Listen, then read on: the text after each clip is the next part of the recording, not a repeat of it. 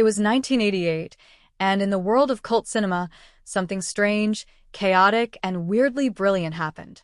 A film called Not of This Earth hit video store shelves, and anyone who watched it probably didn't forget it.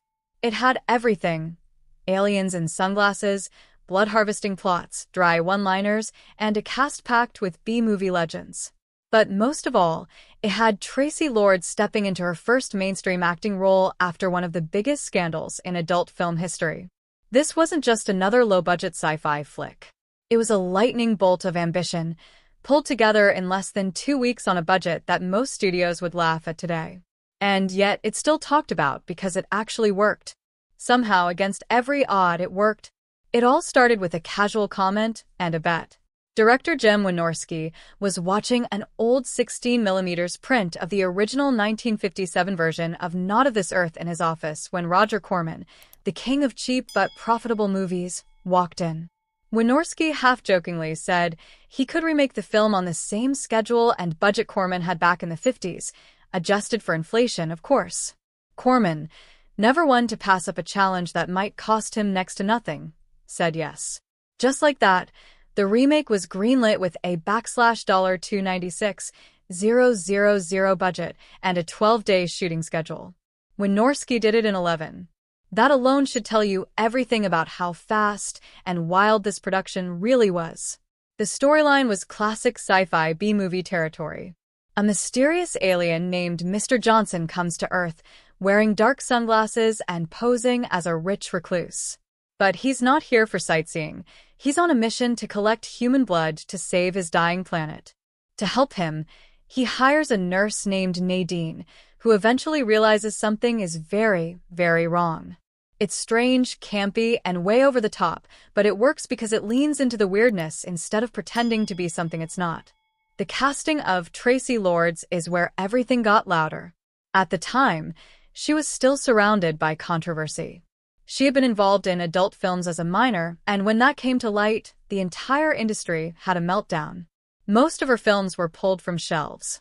Her name was toxic. But to Wynorski, that made her perfect. She didn't even have an agent at the time. He found her, pitched her the role of Nadine. The nurse caught up in this alien horror, and she said yes. That decision brought all the attention the film could ever need. But what no one expected was how good she was. Lords delivered a smart, understated performance, blending sarcasm and sincerity in a way that made every scene she was in more interesting. Even Wynorski, never known for sugarcoating anything, later praised her natural timing and dedication to the role. Arthur Roberts, playing Mr. Johnson, gave the film its weird heart. His performance was completely straight-faced, which somehow made it both creepy and funny. A veteran of genre television and B-movies, Roberts understood exactly what kind of movie he was in. He didn't try to be scary. He was just cold, calm, and disturbingly polite, which made his character even more unsettling. He played the alien with a kind of quiet charisma that left a lasting impression. Then there was Monique Gabrielle, usually cast for her looks, stepping into one of the film's most offbeat roles as a nosy neighbor named Agnes. Gabrielle, who had worked with Wynorski before, wanted a part that didn't rely on her appearance. So he gave her one, and she delivered a totally unexpected and unrecognizable performance. Another B-movie favorite, Kelly Maroney, also appeared briefly as Nurse Oxford. With barely any screen time, she still managed to leave a mark. The cast, though full of familiar faces from the low-budget scene, felt fresh because they were all trying something a little different.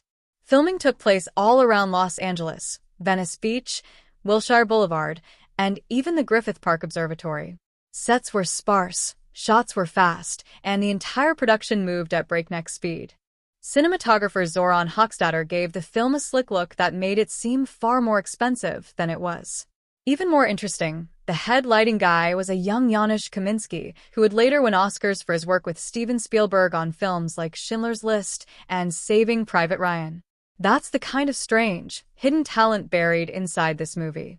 The film reused special effects and stock footage from other Roger Corman productions, which was standard practice. But it didn't feel lazy. Thanks to a tight script by Wynorski and R.J. Robertson and fast-paced editing from Kevin Tent, who would go on to edit Sideways and The Descendants, the film actually flowed really well. Sure, there were mistakes. Lots of them. Continuity errors were everywhere. In one chase scene, the time of day switches between night and day multiple times. In another, Traci Lords is seen drying off after a shower, wearing heels in one shot and barefoot in the next. You can even spot members of the crew in the background if you look closely.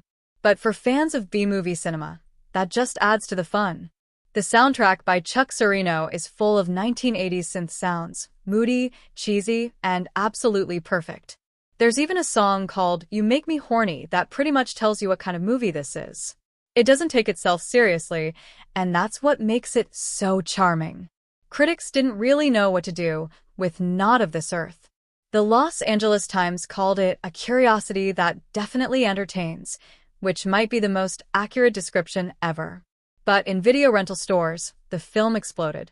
It had everything a B-movie fan could want: eye-catching box art, controversy, and over-the-top sci-fi fun. If you ever come across an old VHS copy of this movie in some dusty thrift store, don't pass it up. That strange green alien and Traci Lords' unforgettable performance are part of cult cinema history, and it's still worth watching today.